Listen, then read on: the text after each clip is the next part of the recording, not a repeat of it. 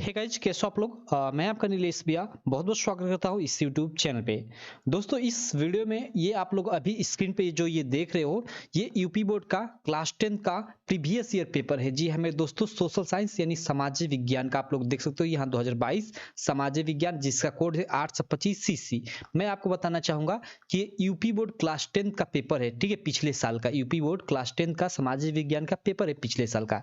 इस साल यानी 2023 में आप लोग बोर्ड एग्जाम दे रहे हो तो ये प्रीवियस ईयर पेपर लगाना बेहद जरूरी है, क्योंकि मैं आपको बता दूं तो देखो 15 से 20% जो क्वेश्चन है, ठीक है, वो एक साल पीछे वाले पेपर में से ही पूछ देता है, ठीक है। लगभग अगर मैं बात करूं, अगर आप 5 साल के प्रीवियस ईयर पेपर लगा लेते हो तो समझ जाओ कि आप लोग का 70% तो उसी से फंस जाएगा और 30% नॉर्मल नए क्वेश्चन होंगे, ठीक है। तो इसलिए प्रीवियस ईयर पेपर लगाना जरूरी है। हाँ, हालांकि मैं आपको थोड़ा बता दूं कि यूपी बोर्ड का आप लोग जानते हो सब लोग की क्लास 10 का इस बार पेपर पैटर्न चेंज हो गया है, जिसमें आप लोग का शुरू में 20 मार्क का ऑब्जेक्टिव क्वेश्चन पूछेगा। तो सोशल साइंस में पहले भी आप लोग का 12 ऑब्जेक्टिव क्वेश्चन पूछा करता था। तो चलो इस वीडियो में हम लोग ये 12 के 12 जो ऑब्जेक्टिव क्वेश्चन है इनको सॉल्व करते हैं, और साथ में जो मानचित्र वाले प्रश्न हैं, ठीक है, 10 नंबर के, उसको भी हम लोग सॉल्व कर लेते हैं, ठीक है। आप वीडियो को अंत तक देखते रहना, वीडियो अंत तक देखना बेहद जरूरी है। ये एक एक क्वेश्चन काफी इंपॉर्टेंट है। मैं यहाँ नीचे आ जाता हूँ और यहाँ से देखो, यहाँ से हम लोग प्रारंभ करते हैं। यहाँ पे देखो, ये यहाँ पे सबसे पहले यहाँ पे देखो ये फर्स्ट प्रश्न दिया है, ठीक है। हिंदी और इंग्लिश वर्जन दोनों दिया है। मैं केवल हिंदी पढ़ूंगा, इंग्लिश पढ़ूंगा तो लेट होगा, क्योंकि हिंदी मीडियम के ज्यादा छात्र चैनल से जुड़े हुए हैं, ठीक है। यहाँ पे फर्स्ट प्रश्न देख सकते हो कि जीयूसीपे मैथिनी द्वारा स्थापित गुप्त संगठन था। भाई सब लोग जानते हो कौन सा संगठन था। Young Italy, young France, young Prussia या young Germany. Simple, young Italy, ठीक है। क्या था? यंग इटली जीयूसीपे मैथिनी द्वारा स्थापित गुप्त संगठन था। सिंपल, ठीक है। पहला क्वेश्चन हो गया। चलो यहाँ हम लोग सेकंड क्वेश्चन पे आ जाते हैं। सेकंड क्वेश्चन यहाँ पे देख सकते हो। सेकंड क्वेश्चन ये है कि फ्रांस की क्रांति हुई थी। ओके, फ्रांस की जो क्रांति थी वो कब हुई थी? 1770 में, 1789 में, 1795 में, 1815 में। सब लोग जानते हो भाई 1789 में फ्रांस की क्रांति हुई थी। कब हुई थी? 1789 में। और ये 1815 भी एक काफी इंपॉर्टेंट मतलब डेट है, कभी कभी पूछ देता है। वियना संधि से ये रिलेटेड है। वियना संधि कब हुई थी? तो 1815 में। ये भी आप लोग याद रखना, ठीक है। चलो अगला हम लोग देख लेते हैं, अगला प्रश्न। इसके बाद हम लोग अगला प्रश्न थर्ड नंबर है, आप लोग देख सकते हो स्क्रीन पे। थर्ड नंबर प्रश्न क्या है कि हिंद स्वराज पुस्तक के लेखक है। ओके, जो हिंद स्वराज ये पुस्तक है उसके लेखक कौन है? सरदार पटेल, बाल गंगाधर तिलक, महात्मा गांधी, सुभाष चंद्र बोस, ठीक है। ये तीन चीजें हैं। सही ऑप्शन है महात्मा गांधी, ठीक है। हिंद स्वराज नामक पुस्तक के लेखक कौन है? तो महात्मा गांधी हैं, ठीक है। चलो अपने बापू जी हैं। आगे चलते हैं तीसरे के बाद चौथे प्रश्न पे चलते हैं। चौथा प्रश्न क्या है? चौथा प्रश्न है कि प्रथम विश्व युद्ध प्रारंभ हुआ था। ओके, प्रथम विश्व युद्ध कब प्रारंभ हुआ था? 1910 में, 1911 में, 1914 में, 1920 में। सही ऑप्शन ये। कौन नहीं जानता है भाई, 1914 में प्रथम विश्व युद्ध प्रारंभ हुआ था, ठीक है। चलो चौथे के बाद पांचवा यहाँ पे प्रश्न देखो, काफी इंपॉर्टेंट प्रश्न है कि समवर्ती सूची से संबंधित विषय नहीं है, ठीक है। समवर्ती सूची से संबंधित विषय नहीं है, हमें ये बताना है, ठीक है। क्या? शिक्षा, वन, उत्तराधिकार, विदेशी मामले। देखो ये विदेशी मामले ना क्या है कि ये मतलब ये संघीय सूची में संबंधित है, ठीक है। संघीय सूची से संबंधित है। संघीय सूची वो सूची होती है जिसपे केवल केंद्र सरकार कानून बनाती है, ठीक है। ये जो विदेशी मामले हैं इन पे केवल केंद्र सरकार को कानून बनाने का अधिकार है, राज्य सरकार को कानून बनाने का अधिकार नहीं है। और ये शिक्षा, वन, उत्तराधिकार ये मतलब इसलिए विदेशी मामले मतलब संघीय सूची में नहीं आएंगे, ठीक है।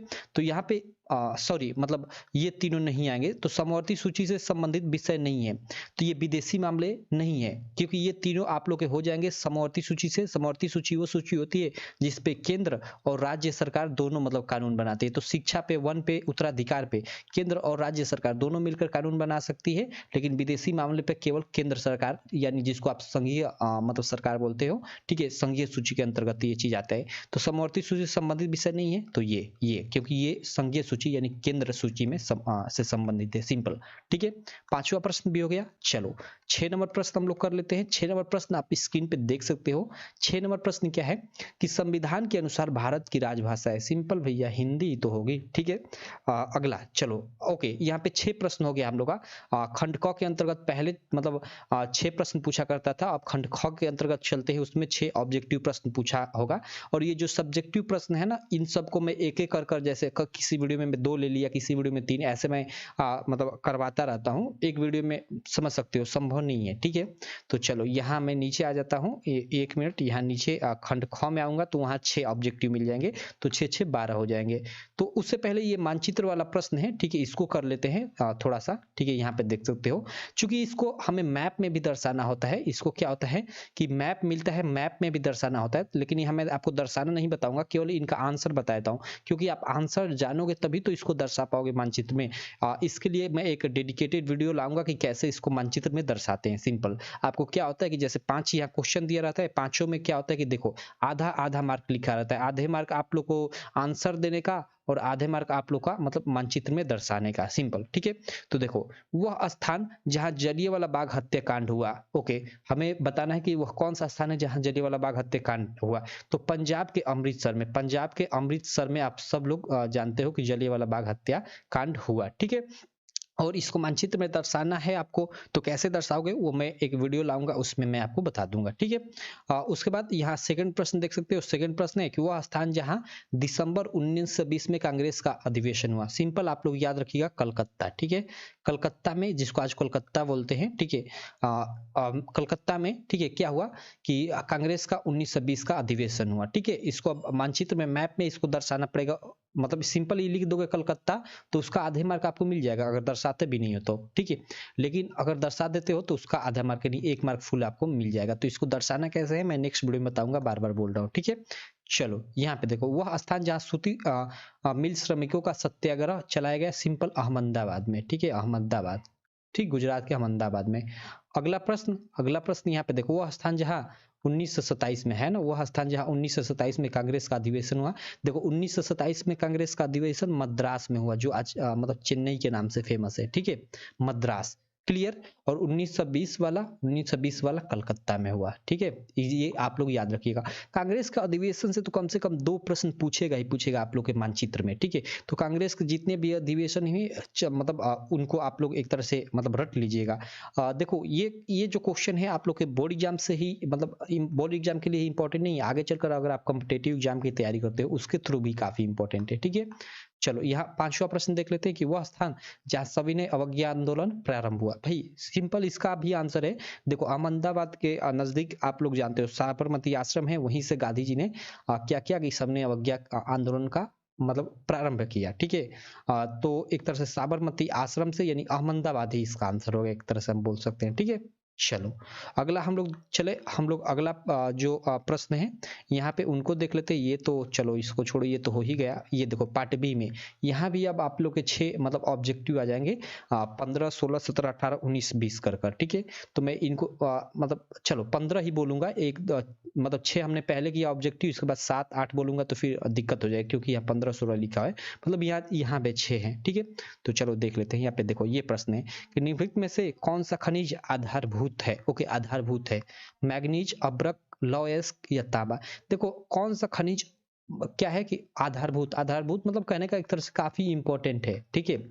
तो भाई लौह काफी इंपॉर्टेंट है हम लोग के यहाँ, आप लोग जानते हो हर जगह लोहे का उपयोग होता है, ठीक है। तो ये ऑप्शन सही हो जाएगा। अगला प्रश्न क्या है, अगला प्रश्न आप लोग देख सकते हो, अगला प्रश्न स्क्रीन पे 16 नंबर 15 के बाद 16 नंबर प्रश्न क्या है। 16 नंबर प्रश्न है कि निम्नलिखित में से कौन सा ऊर्जा का परंपरागत स्रोत है, ठीक है। ये क्या है हम लोग की, ये प्रश्न संख्या 16 है कि ऊर्जा का परंपरागत स्रोत क्या है। सौर ऊर्जा, कोयला, पवन ऊर्जा, ज्वारीय ऊर्जा, ठीक है। निम्नलिखित में से कौन सा ऊर्जा का परंपरागत स्रोत है। तो भाई कोयला क्या है, ऊर्जा का एक परंपरागत स्रोत है, ठीक है। बाकी ये आप लोग के अपरंपरागत स्रोत एक तरह से बोल सकते हैं। तो ये ऑप्शन सही हो जाएगा। निम्नलिखित में से कौन सा ऊर्जा का परंपरागत स्रोत है, कोयला, सिंपल, ठीक। चलो अगला 1 मिनट, अगला हम लोग देख लेते हैं 16 के बाद यहाँ 17 नंबर प्रश्न, ठीक है। ये प्रश्न क्या है स्क्रीन पे देख सकते हो, थोड़ा थोड़ा मिटा हुआ है लेकिन मैं पढ़ देता हूँ कि विश्व व्यापार संगठन की स्थापना निम्नलिखित में से किस वर्ष हुई। ओके, 1986 में, 1995 में, 2001 में, 2004 में, ठीक है। ये 4 ऑप्शन है, ठीक। सही ऑप्शन होगा 17 का 1995। 1995 में विश्व व्यापार संगठन की स्थापना हुई, ठीक है। चलो इसको याद रखना काफी इंपॉर्टेंट है। 17 के बाद हम लोग 18 नंबर प्रश्न पे आ जाते हैं। 18 नंबर प्रश्न आप स्क्रीन पे देख सकते हो कि भारत में वायु परिवहन का राष्ट्रीयकरण कब किया गया। मतलब जो वायु परिवहन थी, यानी जो मतलब एयर यहाँ पे है ना वायु परिवहन, तो वायु परिवहन जो है, ठीक है, उनका राष्ट्रीयकरण कब किया गया? 1950 में, 1953 में, 1960 में या 1998 में? ये प्रश्न संख्या 18 है, ठीक है। प्रश्न संख्या 18 का सही ऑप्शन है 1953। 1953 में ही, ठीक है, भारत में वायु जो परिवहन है उनका राष्ट्रीयकरण कर दिया गया था, ठीक है।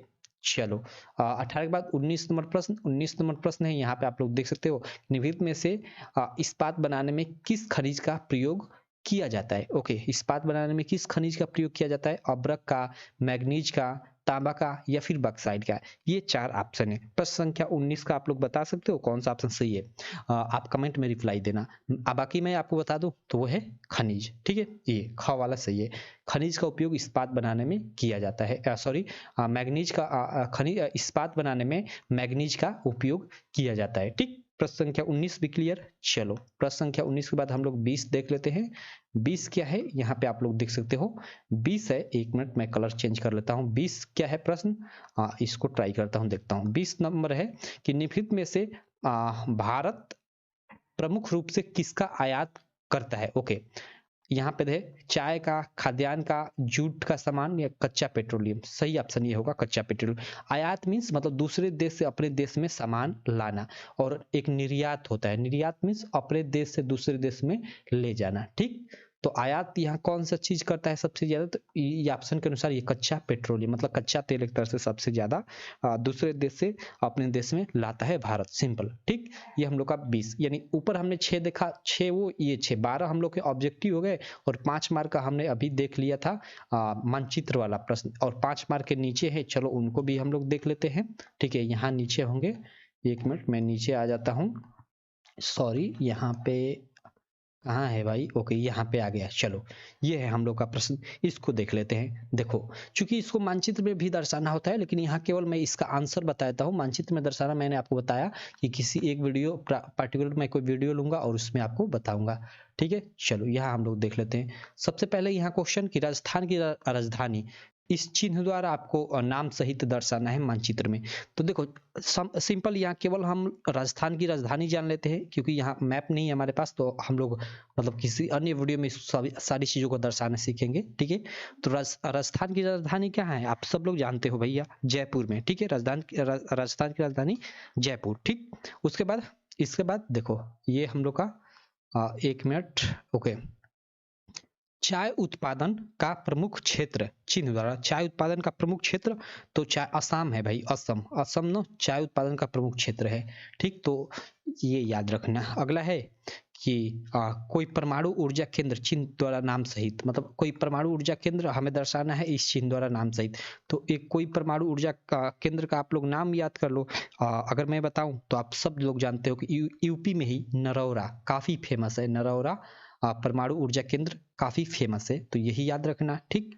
चलो अगला प्रश्न है कि ताप्ती नदी चिन्ह द्वारा नाम सही। चलो इसको तो भाई, इसको तो अब इस प्रश्न को तो देखना पड़ेगा, ठीक है, क्योंकि इसको हम लोग दर्शाते समय ही देखेंगे, क्योंकि ये मतलब कई राज्यों से होकर गुजरती है। सिंपल, हीराकुंड बांध चिन्ह द्वारा नाम सहित ये भी दर्शाना है। तो चलो इसको भी हम लोग नेक्स्ट वीडियो में करेंगे। हीराकुंड बांध को हम लोग दर्शाएंगे और सीखेंगे, ठीक है।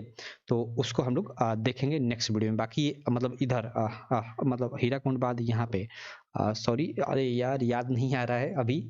हीराकुंड बांध राज्य का नाम अहमदाबाद नहीं, ऐसे ही हैदराबाद में है, ठीक है।